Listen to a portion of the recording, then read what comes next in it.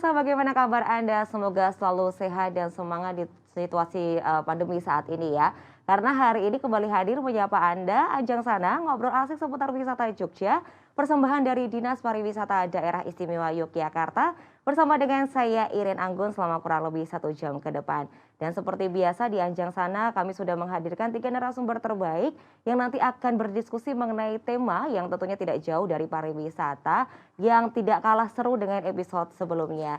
Sebelum kita memperkenalkan narasumber dan juga menuju ke tema, pemirsa, kalau boleh kita berbicara mengenai kondisi pandemi yang saat ini terus berkelanjutan, tentu memberikan dampak yang sangat memprihatinkan di berbagai sektor, tidak terkecuali pariwisata dan juga ekonomi kreatif ya pemirsa. Dan tentunya dalam situasi saat ini, data terakhir dari Kemenparekraf menunjukkan sudah ada sekitar 30 juta para pelaku wisata dan juga ekonomi kreatif ini terkena dampak. Dan kalau boleh kita flashback sebelum pandemi, pemirsa, sektor pariwisata kita ini sebenarnya berada di peringkat ketiga dalam hal menyumbangkan PDRB. Namun saat ini menjadi peringkat ke-6. Berarti ini ada penurunan ya pemirsa, karena pariwisata dan juga ekonomi kreatif ini mempunyai peran besar untuk menggerakkan roda perekonomian di daerah istimewa Yogyakarta. Butuh sinergi lintas sektor untuk mengatasi masalah ini. Dan sebenarnya seperti apa sinergi lintas sektor untuk mendongkrak pariwisata dan ekonomi kreatif di daerah istimewa Yogyakarta? Boleh kali ini kita langsung sapa juga untuk Bapak Suparja yang merupakan Sekretaris Komisi C DPRD Daerah Istimewa Yogyakarta. Halo Pak Suparja. Ya, selamat siang. Halo, sehat ya Pak Suparja?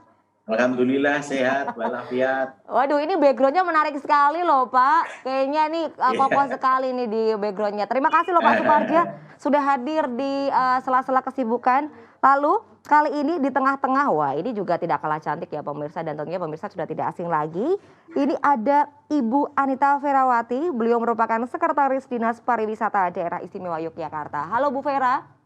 Halo Mbak Anggun, salam Waduh, sehat selalu. Apa luar biasa. kabar? Ini benar-benar glow up sekali loh untuk Ibu Vera. Ini anting-antingnya saya suka sekali Ibu Vera, selalu Oh fashionable. iya ya. Luar biasa, terima kasih untuk Ibu Vera. Dan kali ini kita juga ingin menyapa untuk Bapak Dr. Andes Prihatno. Beliau ini merupakan Ketua Sekolah Tinggi Pariwisata AMTA. Halo Bapak Prihatno.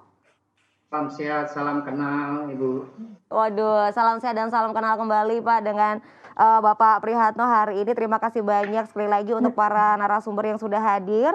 Kalau boleh saya mengulangi tema hari ini, yaitu sinergi lintas sektor untuk mendongkrak pariwisata dan ekonomi kreatif daerah istimewa Yogyakarta. Begitu ya Bapak Ibu ya. Kali ini mungkin saya langsung menuju ke Ibu Anita Ferawati terkait dengan kondisi sektor pariwisata dan juga ekonomi kreatif. Kalau tadi di awal saya menyampaikan informasi bahwa sebenarnya sektor pariwisata ini untuk penyumbang PDRB sebelumnya ini peringkat ketiga ya Bu ya, dan saat ini menjadi peringkat ke-6. Nah, untuk saat ini kondisinya seperti apa Bu? Silakan. Ya, kalau kita lihat karena pandemi ini Mbak, Iya. secara devisa pariwisata aja kita mengalami penurunan yang signifikan. Kita prediksi yang itu hanya sekitar 3 miliaran kan, yang sebelumnya sampai 16, sekian miliar US dollar. Nah, itu kan ini ya ironis sekali. Iya. Karena sebenarnya sektor pariwisata itu berpengaruh dengan sektor yang lain. Jadi ketika sektor pariwisata itu mengalami penurunan, sektor yang lain akan terpengaruh. Akomodasi otomatis, kemudian ada perdagangan, kemudian ada kesehatan, ekonomi kreatif, industri dan sebagainya. Kenapa pariwisata ini sangat terpengaruh? Karena satu, dengan penerapan yang PPKM itu kita harus mengurangi mobilitas, pembatasan sosial. Kemudian destinasi ditutup. Seperti itu kan Mbak. Nah, untuk data menginap tamu di hotel di Jogja aja untuk tahun 2019 saja ya, kita lihat perbandingan dengan 2020, 2021 kan belum begitu ini ya, baru setengah tahun itu signifikan sekali. Jadi hampir separuh turun. Kalau yang 2019, 2020, apalagi 2021 ini. Seperti itu. Jadi signifikan sekali. Kemudian jumlah wisatawan mancanegara yang datang ke Jogja untuk tahun 2019 itu wisatawan mancanegara itu sampai 400-an, kemudian yang tahun 2020 itu hanya sekitar 60-an. Wow, turunnya luar biasa turunnya, ya. Yang Nusantara pun juga yang ke Jogja itu waktu itu sampai 6 juta, sekarang 2020 itu sampai hanya 1 juta. Itu pada sekarang ini lebih lagi ketika kemudian ada PPN darurat. betul. Yang dulu masih sempat nih kita buka Iya, beberapa, iya, kemudian mall masih, ini mall iya, sama sekali ditutup, iya, hanya betul. boleh yang supermarket dan makan pun take away. Padahal ketika Iya, kita tuh ke mall, ngapain juga kalau kita take away, kan kita betul. sebenarnya bikin suasana seperti itu. Nah, ini sangat kerasa Mbak, dan Iya, kita harapkan ini nggak lama seperti amin, itu. betul. Jadi jangan sampai kemudian, kemarin kan kita tanggal berapa ya, terakhir itu tanggal 26, kemudian diperpanjang sampai tanggal 2. Kita harap nggak akan diperpanjang lagi. Jadi Iya, kita butuh support dari semuanya iya, seperti itu. betul. Harapan kita bersama ya Bu, semoga kondisi lekas Betul. membaik, tidak Iya, diperpanjang untuk PPKM darurat level 4 ya. Karena memang terasa betul. sekali ya Bu ya, Yogyakarta mendadak sepi, tidak ada aktivitas Mm-mm. Mm-mm. pariwisata, lalu juga mal-mal ditutup, ini betul-betul terasa sekali. Iya. Dan mungkin kali ini kita juga ingin menanyakan kepada Pak Supardja terkait dengan kondisi yang tadi sudah dijelaskan oleh Ibu Anita Ferawati begitu Pak. Untuk kondisi yang serba tidak menentu saat ini kan Yogyakarta pastinya juga sangat terpuruk ya Pak. Apalagi sekali lagi nih pariwisata ini menjadi sektor yang penting dalam hal roda penggerak perekonomian di Yogyakarta. Nah, kunci agar bisa bertahan di tengah kondisi ini seperti apa dan sinergitas seperti apa sih Pak yang harus dilakukan begitu? Ya, Mbak Anggun ya, Mbak Anggun, Mbak Vera, Mbak Dr. Andes Priatno, yang pada kesempatan ini kita Zoom meeting ini. Yang pertama, tentunya langkah apa yang kita perbuat untuk daerah istimewa Yogyakarta ini. Langkah-langkah kita perbuat ini adalah untuk mensinergikan berbagai sektor. Karena sektor pariwisata di DIY ini betul-betul sangat mempengaruhi pergerakan ekonomi di DIY ini, Mbak Anggun. Iya, Sehingga berbagai usaha yang kaitannya dengan pariwisata ini sangat terpuruk akibat kondisi pandemi ini. iya, Ini yang perlu kita sikapi bersama. Sikap apa itu yang dibuat? DIY ini sudah melakukan kegiatan-kegiatan refocusing anggaran. Mulai minggu kemarin ini bantuan dari pusat pun mulai diturunkan di kabupaten kota. Ini untuk mengatasi ini, Mbak Anggun. Ini kami pun sangat berprihatin kondisi ini. Kalau kita melihat Dinas Pariwisata ini sebagai pelopor pergerakan ekonomi rakyat yang di destinasi sekarang tutup, ya kalau kita kemarin masih nyoba berjalan di dekat-dekat saya ini, ada di Langgeran, ada di Orji, ada di Grand Village. Ini betul-betul ya ibaratnya mati. iya betul. Karena perputaran ekonominya enggak ada. Iya. Terus apa kita perbuat di DIY ini? Alhamdulillah, Karso Dalem kemarin Kamis kita ketemu, ini anggaran ke desa pakai dana S pun akan segera dicairkan. 50 juta ini per desa untuk mengatasi sedikit kerisauan masyarakat ini. Ini sebetulnya yang menjadi pemikiran besar kita, Mbak Anggun, Mbak Vera, dan Pak dosen. Karena apa? Karena kalau kita itu tidak mempertimbangkan pertumbuhan ekonomi di DIY ini nanti akan menjadi masalah yang lebih besar ke depannya. Sehingga ini sangat betul-betul harus hati-hati sinkronisasi berbagai sektor ini supaya DIY ini tidak mengalami masalah sosial yang lebih besar nantinya. Itu Mbak Anggun. Masalahnya kita harus pelan-pelan tapi pasti juga ikut serta meningkatkan pendapatan kita, ekonomi kita agar tumbuh. Nah, mudah-mudahan saya juga berharap berharap sektor pariwisata ini bisa mulai bulan-bulan atau minggu-minggu depan ini, insya Allah ini mulai bisa bergerak.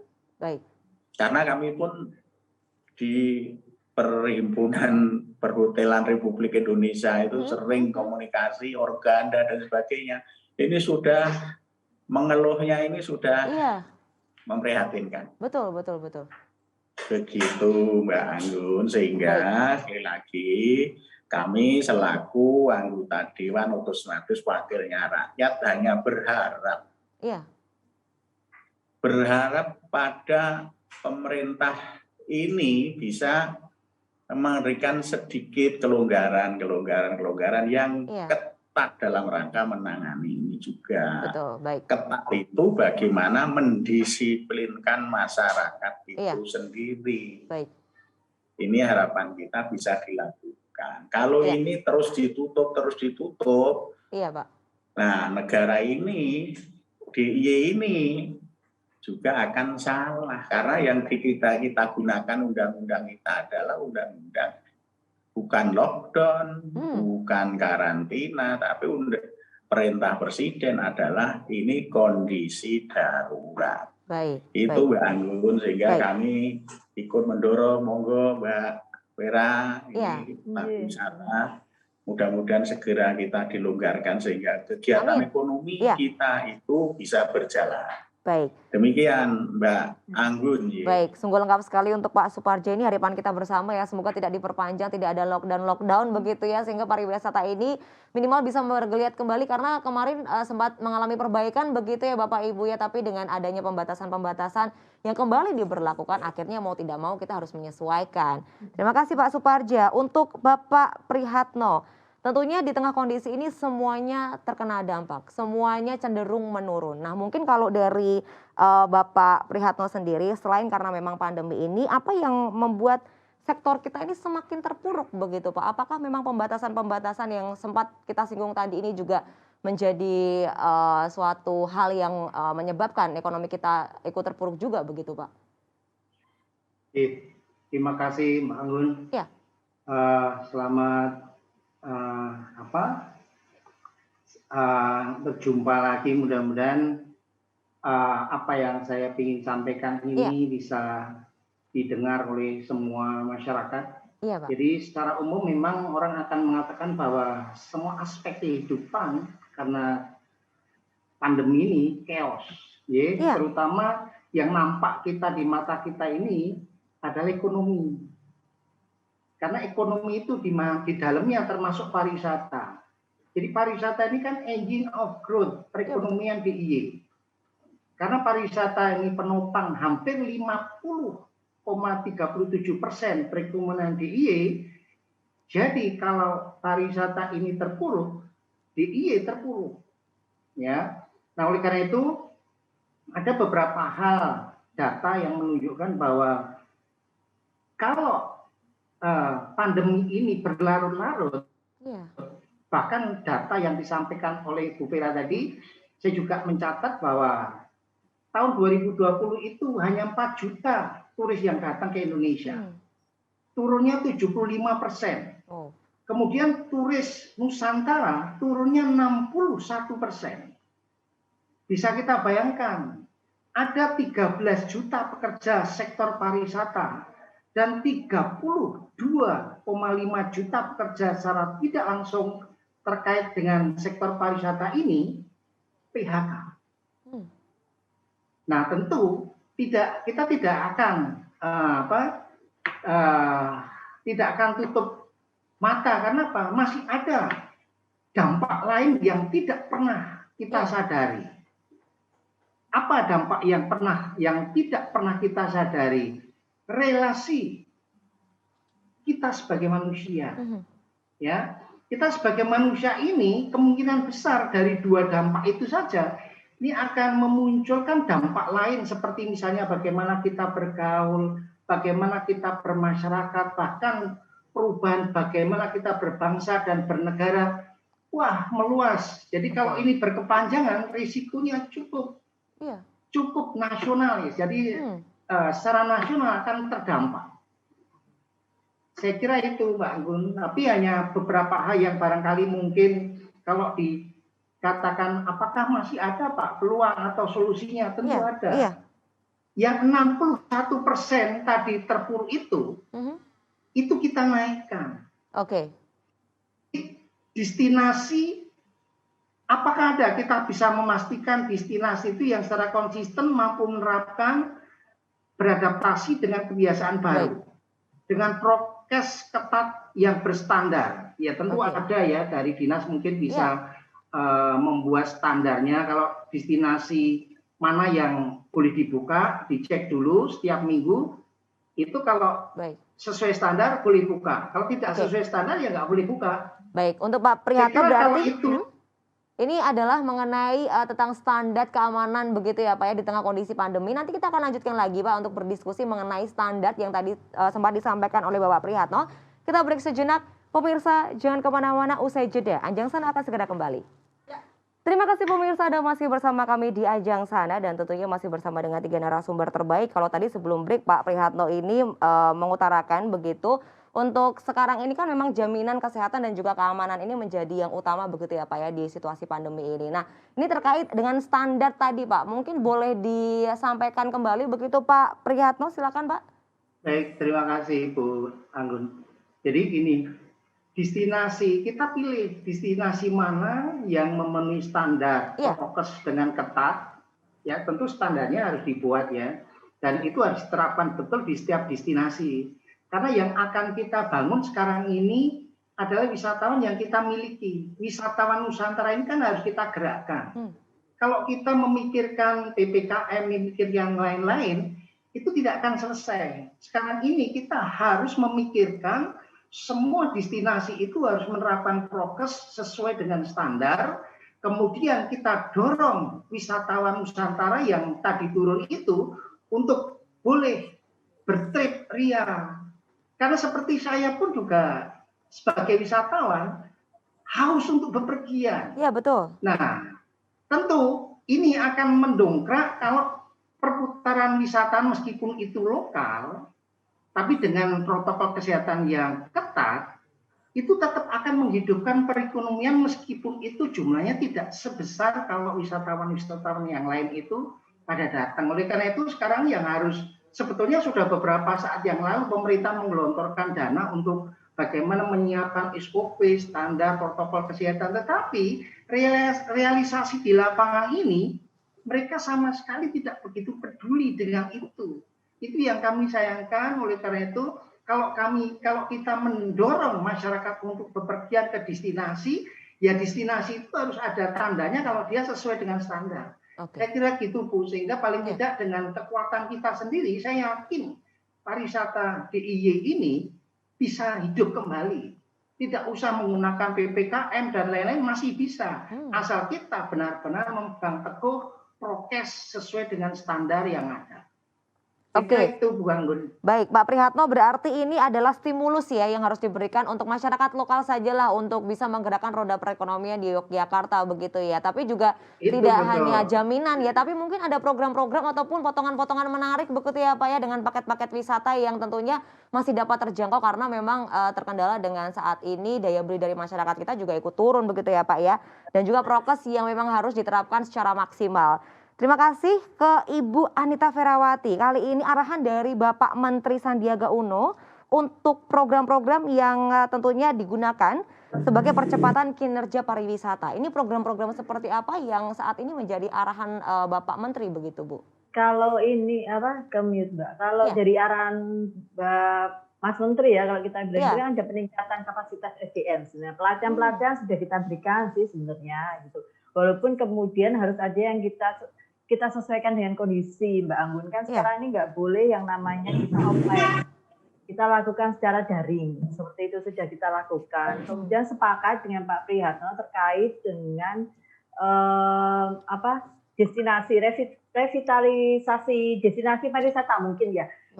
Sekarang tetap kita harus piknik nih, kita boleh nih, cuma kita harus pastikan destinasi itu memenuhi CHSE mungkin ya Pak. Jadi kita aman nih, kita nyaman, dan kemudian memang kita harus beradaptasi dengan situasi baru yang nggak bisa nih kita kemudian full capacity, mungkin seperti itu. Karena bagaimanapun kita nggak tahu nih pandemi ini seperti apa. Karena kan itu varian-varian baru itu selalu muncul dan kadang orang tuh sekarang tuh nggak tahu saya ketularan di mana ya, dengan siapa. Susah ya Bu Nah, ya. kami kami sudah prokes loh. Kami pakai masker nggak pernah kita buka. Kami sudah jaga jarak loh. Seperti sudah menghindari makan bersama. Tapi kenapa kemudian tetap positif? Nah, hal-hal itu kan sebenarnya sekarang ya kita mulai harus beradaptasi dengan situasi. Kita nggak boleh lagi kemudian bayangan saya ketika kita piknik di suatu lokasi yang kemudian uyu-uyuan, naruh foto aja, kemudian keruntel-keruntelan, berkerumun dan sebagainya. Nggak bisa kan.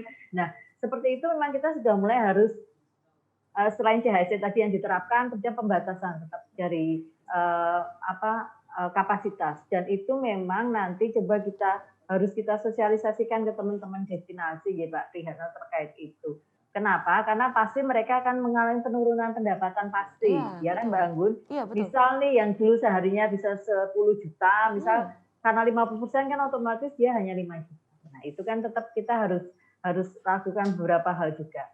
Kemudian sekarang ini juga standarisasi usaha juga harus kita perketat. Karena sekarang ini orang juga berpikir nih ketika mau beli.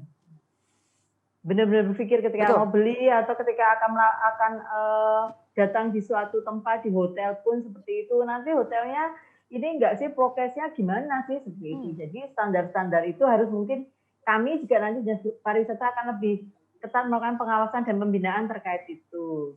Seperti itu Mbak Anggun. Kemudian inovasi produk dan jasa. Sekarang itu memang harus kita lakukan ya yang seperti yang disampaikan oleh Mas Menteri. Sekarang ini sudah kita harus melakukan transformasi digital.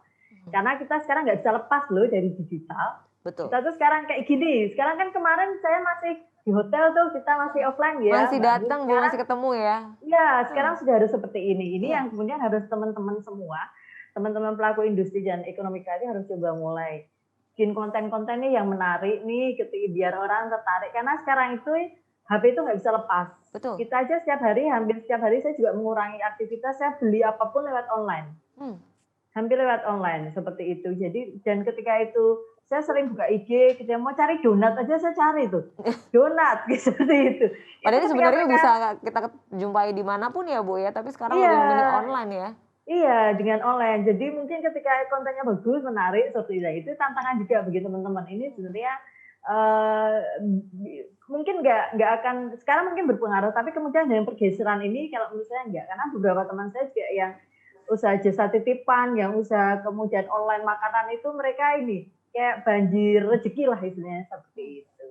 Baik, ini berarti kita juga harus sadar ya Bu ya, minimal kita saat ini apa yang bisa dilakukan yaitu ya dengan membeli produk-produk dalam negeri ataupun juga mungkin dalam lingkungan kita ini ada rekan-rekan yang memang terkena dampak begitu ya, akhirnya mereka melakukan bisnis online dan lain sebagainya. Ya kita memberdayakan mereka-mereka ini begitulah ya Bu ya. Baik, terima kasih. Kita ke Bapak Suparja terkait sekali lagi dengan dorongan selalu ya Pak ya, kalau kita berbicara mengenai program dorongan ini adalah salah satu tugas nih dari bapak-bapak di DPRD Daerah Istimewa Yogyakarta. Nah ini dorongan yang mungkin saat ini juga sedang gencar dilakukan terkait dengan sinergi yang harus dilakukan demi kondisi yang membaik ini seperti apa Pak? Ya Mbak Anggun, Mbak Perawati, Pak dosen. Begini Mbak Anggun, jadi kita itu mendorong satu, apa yang dikatakan Mbak Pera ini segera direalisasi nanti. Jadi karena ada pertanyaan begini, apakah kita tahu kapan ini virus ini akan berhenti, kan begitu. Iya. Tapi kan kita itu nggak tahu kapan berhentinya. Nah kalau kita itu nggak mau mendorong untuk segera masyarakat bergerak usaha, ini negara nanti kan nggak mampu. Betul. Nggak mampu untuk ngopeni, memelihara kebutuhan rakyat ini. Sehingga mau nggak mau apa yang disampaikan Mbak Pera tadi, monggo kita dorong segera itu nanti kalau memang dilonggarkan, segera dilonggarkan. Nah, saya sudah terwakili dari Pak dosen tadi kaitannya dengan prokes ini sebetulnya yang harus kita kejar, harus kita targetnya itu harus memenuhi prokes ini. Nah, kalau kita mau ke wisata, kalau tidak memenuhi prokes ya nggak boleh masuk. Kita harus berani begitu. Ini harus. Kalau tidak, nah bagaimana kita mau bergerak ekonomi itu? Nanti tidak akan bergerak. 37% ini kenaikan ekonomi pariwisata di DIY mensuplai itu. Nah, alhamdulillah DIY ini tertolong akan adanya Telkomsel, adanya online ini mendorong peningkatan ekonomi yang cukup baik. Iya. Akhir-akhir ini. Nah, kami sekali lagi dalam forum ini mengajak semua pihak. Baik.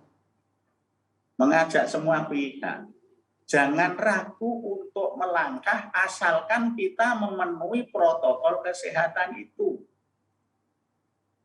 Nah, tadi Mbak Vera pun mengakui toh, di mana kita dapat ini penyakit ini? Kan nggak tahu juga. Iya.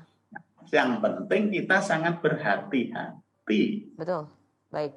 Sangat berhati-hati. Tadi saya pertama sudah matur. Bencana yang akan lebih dahsyat kalau kita tidak berani mulai adalah masalah sosial ekonomi.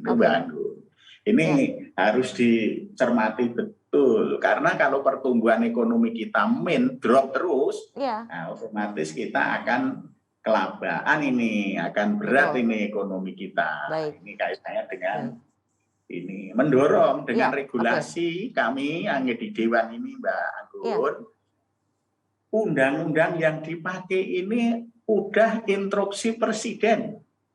Artinya undang-undang darurat. Baik. Jadi pemerintah daerah mau menggunakan anggarannya untuk COVID ini, untuk penegakan aturan ini, monggo disilakan. Oke, baik. Oke, nanti kita lanjutkan lagi untuk Pak Suparjo, tapi kita harus break sejenak ya. Untuk pemirsa jangan kemana-mana karena usai jeda, Anjang Sana akan segera kembali. Masih di Anjang Sana ngobrol asik seputar wisata Jogja. Pemirsa, sekali lagi saat ini memang kondisi sangat memprihatinkan dengan pandemi COVID-19.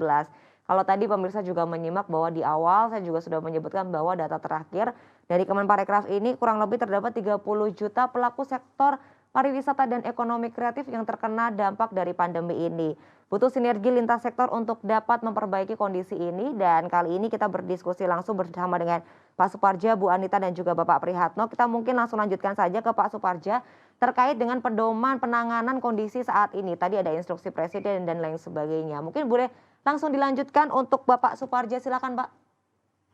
Iya, Mbak Anggun. Jadi kami dalam rangka mendorong berbagai pihak, eksekutif khususnya, dalam rangka menangani COVID di daerah istimewa Yogyakarta ini harus sinergi dengan pertumbuhan ekonomi. Ini penting, ini catatannya penting, karena dua-duanya ini tidak bisa dipisahkan. Yang namanya pariwisata itu mempunyai berbagai aspek yang sangat tinggi kalau di DIY ini sampai drop. Yang kedua, saya matur Mbak Vera, hubung ketemu. Yang namanya pariwisata ini ujung-ujungnya adalah untuk kesejahteraan masyarakat DIY. Saya ketahui Mbak Vera, jangan sampai nanti dalam rangka hanya kunjungan di sana, itu justru yang menjadi permasalahan itu kadang-kadang pariwisata destinasi yang baru dimulai masyarakat, mulai berkembang, mulai bisa masyarakat aktif berperan, ujuk-ujuk belum wis ono namanya retribusi. Retribusi itu untuk siapa toh? Retribusi dikumpulkan untuk daerah dan ujung-ujungnya juga untuk masyarakat. Ini saya melihat ini beberapa titik pariwisata ini. Kalau sudah gitu akhirnya yang peran serta masyarakat ini lemah, menjadi lemah. Nah ini monggo ini menjadi kajian yang perlu kita pikirkan bersama. Yang ketiga, saya mohon kalau memang nanti boleh dibuka dengan prokes ketat, ya sarananya inilah, dana inilah digunakan untuk memfasilitasi. Baik. Artinya ya untuk ya Iya. tenaga kesehatan yang ditempatkan di situ mungkin, relawan yang ditempatkan di situ Oke. ya mungkin. Itu sehingga ada implementasi yang seperti itu, walaupun Dinas Pariwisata DIY sudah melakukan itu, Baik. tapi ini perlu ditingkatkan kembali. Itu Mbak Anggun. Oke, berarti harusnya ada tambahan fasilitas nantinya ya Pak ya untuk kesehatan ini lebih ditingkatkan karena dengan pandemi COVID-19 ini begitu. Baik, untuk Bapak Suparja terima kasih. Kita menuju ke Pak Prihatno terkait dengan peran dari akademisi Pak. Ini apakah ada masukan-masukan yang bisa diberikan terkait dengan sinergi? Kalau kita bilang pariwisata ini kan banyak sekali nih Pak elemen-elemen di dalamnya seperti UMKM, perhotelan, lalu juga kuliner dan lain sebagainya. Ini harus sinergi, harus seperti apa begitu Pak agar semua kondisi ini kembali membaik begitu? Baik, terima kasih Mbak Gun.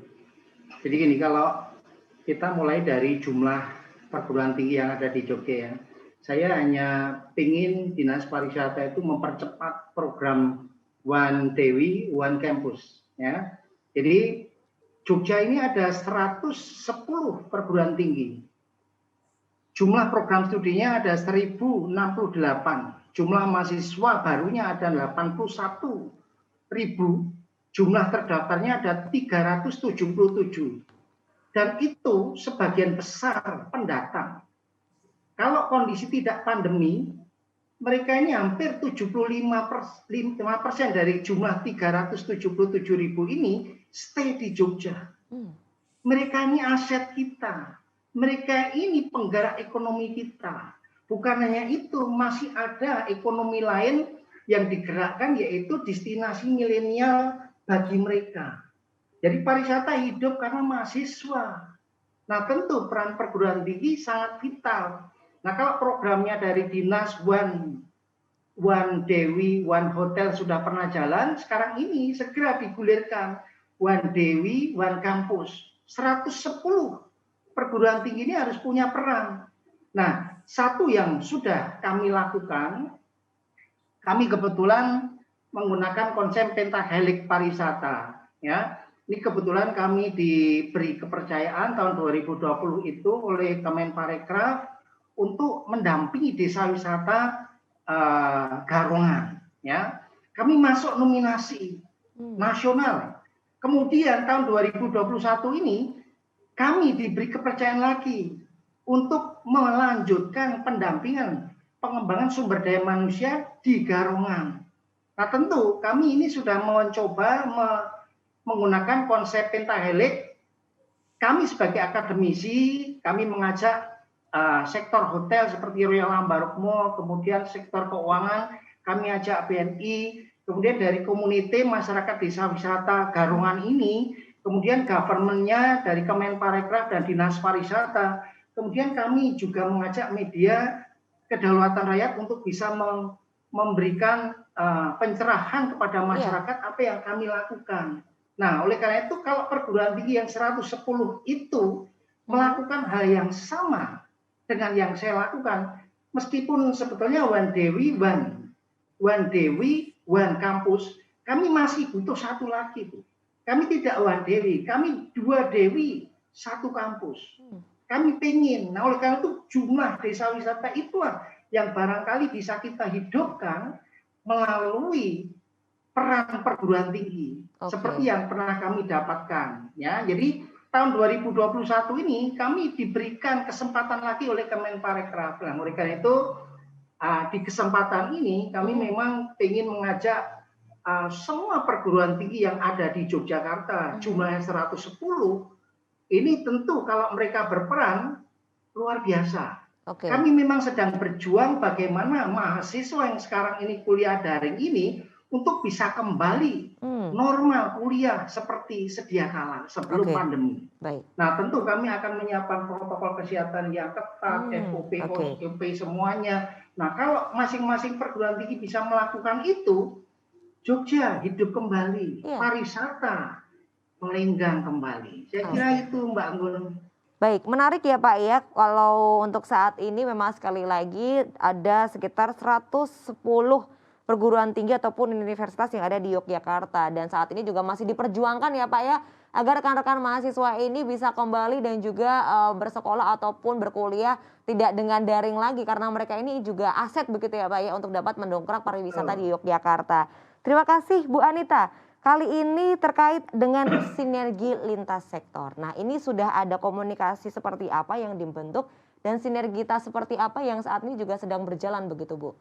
Ya, terima kasih Mbak Ngun. Jadi seperti nyambung jadi dari Pak Ya. Wihatno ya terkait tadi kolaborasi itu, saya sepakat Bapak ada One Dewi yang kemudian ditingkatkan dengan 2 Dewi. Karena memang program kami juga sudah dilakukan dengan hotel, kemudian mungkin nanti kita coba bikin perjanjian teknis Bapak akan seperti apa yang harus kita lakukan.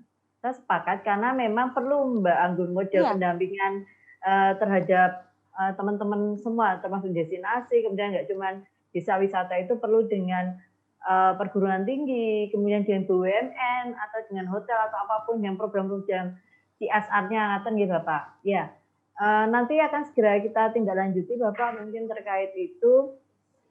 Dan memang Mbak Anggun, ini semua sektor harus ini ya berkontribusi semua ya Bu? harus berkontribusi seperti yang kemarin disampaikan oleh Pak Menteri, Mas Menteri itu kan punya slogan yang gercep tuh, geber sama apa tuh, gaspol tuh ya.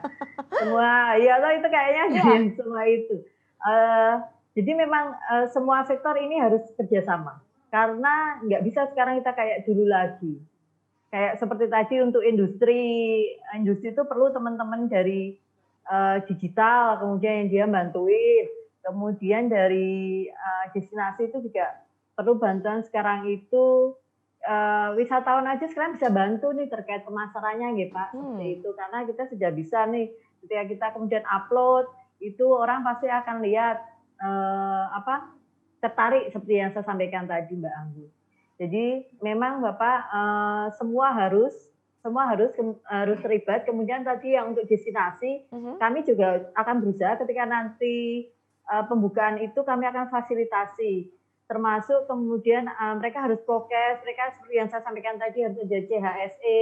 Jadi ketika sekarang itu orang datang tuh nggak cuma harus melihat indahnya, cuman dia harus lihat nyaman nggak, aman nggak, kemudian di sana selamatnya seperti apa. Itu memang harus kita perhatikan Bapak. Jadi kalau bisa nanti ketika ini dibuka, destinasi dibuka, semua sudah siap. Prokes ketika dia sudah tersertifikasi CHSE, itu prokes pasti sudah terkomunikasikan untuk teman-teman pengelola di sana. Jadi mereka akan selalu untuk jaga prokes seperti itu. Jadi nanti mungkin ketika ada banner atau apapun di destinasi atau apa yang sudah ada tersertifikasi CHSE, ya itu kan kita langsung sudah percaya nih masuk ke destinasi itu. Itu mungkin Pak Suwaja mungkin yang salah satu, dan itu sebenarnya program dari Kemenpar Ekraf terkait dengan sertifikasi ini kan sudah dilakukan, Mbak Anggun, seperti itu.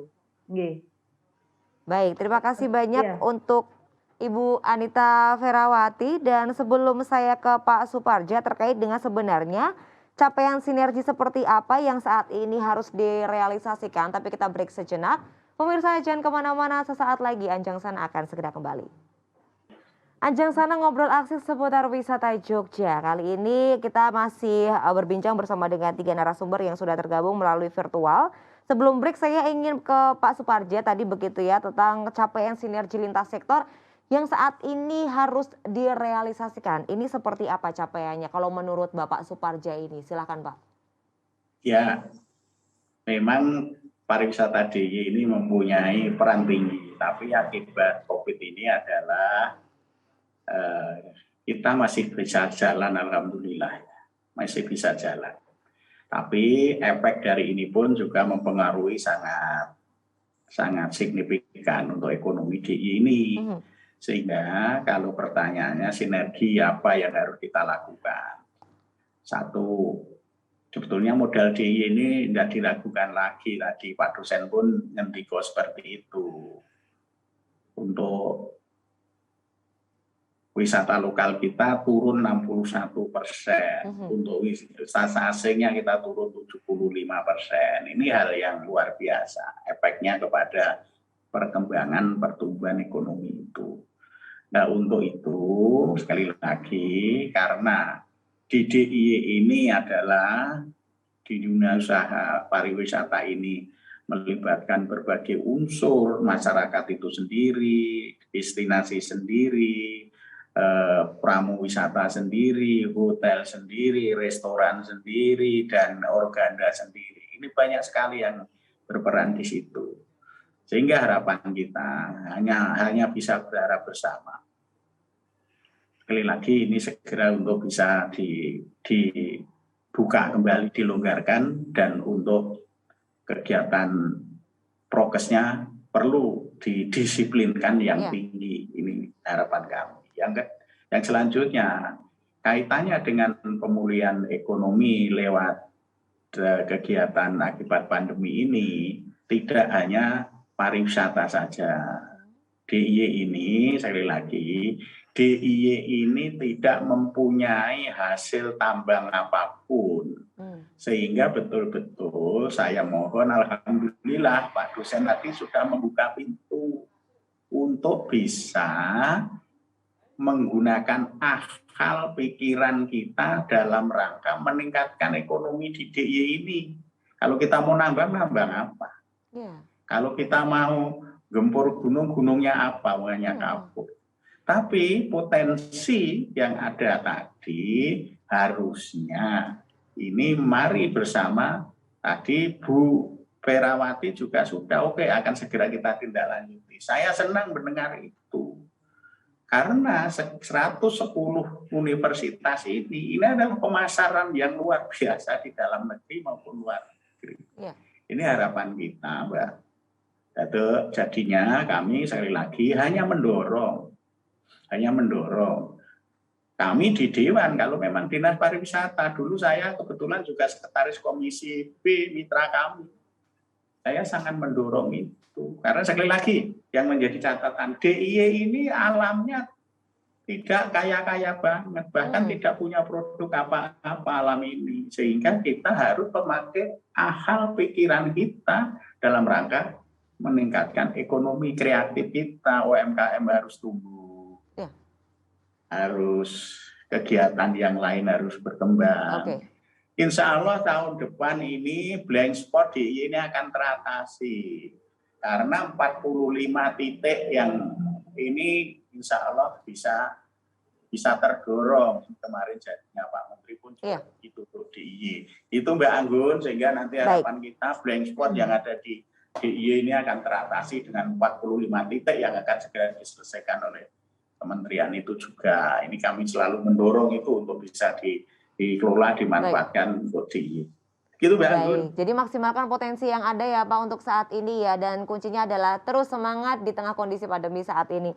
Terima kasih Pak Suparja. Saya ingin ke Ibu Vera terkait dengan sinergi ini. Kan di masa pandemi ini kita selalu dibatasi ya Bu ya, terkait dengan kegiatan maupun program-program yang nantinya juga kita akan lakukan begitu. Nah, di masa pandemi seperti ini, ketika kita berbicara sinergi, ini seperti apa untuk tantangan-tantangannya dan juga seperti apa memang cara-cara yang digunakan agar tantangan ini dapat terselesaikan begitu Bu? Ya, terima kasih Mbak Anggun. Seperti yang sudah sampaikan di awal sih sebenarnya, kita mulai, ini kan sudah bergerak ya zaman digital. Sekarang kita harus optimalisasi penggunaan teknologi untuk mengurangi kontak fisik itu tadi. Jadi mungkin teman-teman yang jual makanan bisa minta bantuan nih teman-teman yang bergerak di digital. Jadi mereka bisa untuk bantu nih, aku bikinkan konten nih yang menarik. Seperti itu. Kemudian yang lebih diperhatikan lagi sama kondisi kayak gini, kita lebih ke aspek, saya garis bawahi lagi ke aspek yang sudah saya sampaikan CHSE, terkait kebersihan, kesehatan, keselamatan, dan pelestarian lingkungan. Nah, kita harus mengoptimalkan semua ini Mbak. Ini yang tadi disampaikan, kemudian ada One Dewi, kemudian kemarin kita One Dewi One Hotel, One Dewi, kemudian One Academy seperti itu salah satu kolaborasi. Selain itu kemudian ini juga kita lihat momentum sekarang, sudah saya sampaikan tadi, beralih ke digital, karena sekarang ini televisi, radio itu yang sekarang masih eksis Mbak. Betul. Ya, Iya. nah ini coba kita manfaatkan nih, teman-teman coba memanfaatkan situasi seperti itu, teman-teman destinasi, kemudian teman-teman Oke, industri aircraft kayak gitu. Dan ini sudah kita mulai sebenarnya kita coba tampilkan lagi, kita baik. bikin konten-konten menarik. Seperti Oke. kemarin kegiatan vaksinasi kita bikin konten yang menarik nih. Salah satu untuk branding destinasi, Iya, kemudian kita juga untuk salah satu campaign nih terkait dengan vaksin yang memang harus segera kita segerakan. iya, Karena baik. ini termasuk salah satu syarat kita untuk kemudian paling enggak sudah bisa untuk beraktivitas seperti dulu walaupun dengan Oke, keterbatasan seperti itu, baik. bangun ya. Baik. Jadi untuk saat ini memang kuncinya adalah digital begitu ya Bu ya. Itu juga digunakan terutama juga dari Dinas Pariwisata untuk berkomunikasi juga dengan para OPD-OPD tentunya terkait dengan sinergitas lintas sektor untuk memperbaiki kondisi saat ini begitu. Terima kasih untuk Ibu Vera. Kepada Bapak Prihatno mungkin ada yang ingin disampaikan terkait dengan sekali lagi sinergi lintas sektor ini. Mungkin ada masukan-masukan begitu dari Bapak Prihatno selaku salah satu Baik, akademisi begitu? baik Bu Anggun, terima kasih. Jadi ada 3 poin yang ingin saya sampaikan Silakan. di forum ini. Yang pertama, apa yang sudah disampaikan oleh Pak Jokowi itu segera wujudkan kemudahan investasi, terutama untuk sektor pariwisata. Kemudian kebijakan sektor keuangan agar para industri-industri kecil ini bisa segera mengakses pendanaan. Itu yang pertama. Kemudian yang kedua, tadi menyangkut apa yang diusulkan Mbak Anggun tadi, memang benar, Dinas Pariwisata ini bisa memfasilitasi atau pemerintah bisa memfasilitasi terutama kepada pengusaha-pengusaha kuliner yang kecil-kecil. Oke. Ini untuk bergabung dengan sistem yang kekinian. Sistem yang kekinian itu yang sekarang terkenal Ibu, ada Food, ShopeeFood, GrabFood, GoFood. Biarkan tenaga yang penjual yang kecil-kecil itu bisa masuk di sistem mereka. Diajak penjual-penjual itu untuk bagaimana bisa take away melalui jasa dari transportasi yang sekarang ada. Online yang ya Pak? kedua. Oke. Kemudian yang ketiga ini penting sekali karena tanggal 28 September 2020 dulu pernah pariwisata itu membuat 2 aplikasi. Ya. Jadi aplikasi apa? Aplikasi Visiting Jogja dan aplikasi pendataan hotel. Nah, sekarang ini percuma kalau kita menyiapkan semuanya kalau itu tidak kita manfaatkan. Oleh karena itu, ayo kita mulai bangkit dari wisatawan yang kita punya, Nusantara. Ayo kita bangkit dari wisatawan yang kita punya, Nusantara. Dengan 2 aplikasi, Visiting Jogja dan aplikasi pendataan hotel. Saya kira itu Mbak Anggun untuk usul dari saya. Terima kasih. Oke, baik, luar biasa tadi ada 3 poin yang sudah disampaikan oleh Pak Prihatno. Semoga ini juga menjadi masukan juga nih untuk Ibu Vera dan juga Bapak Suparja begitu.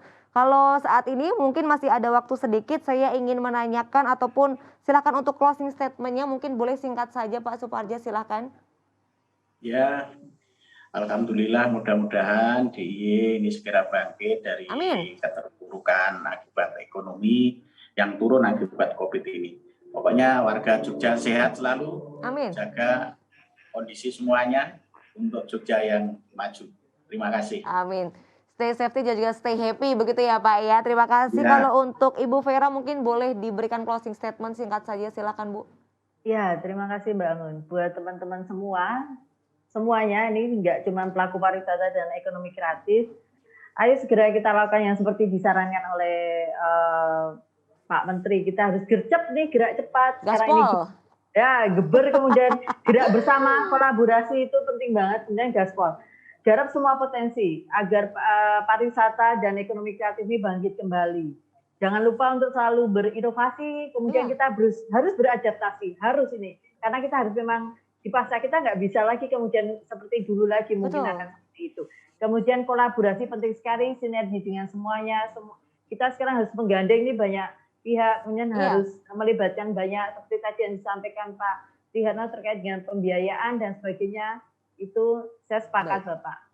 Itu mungkin Mbak Anggun. Baik, kalau dari Pak Prihatno mungkin boleh diberikan closing statement singkat, silakan Pak.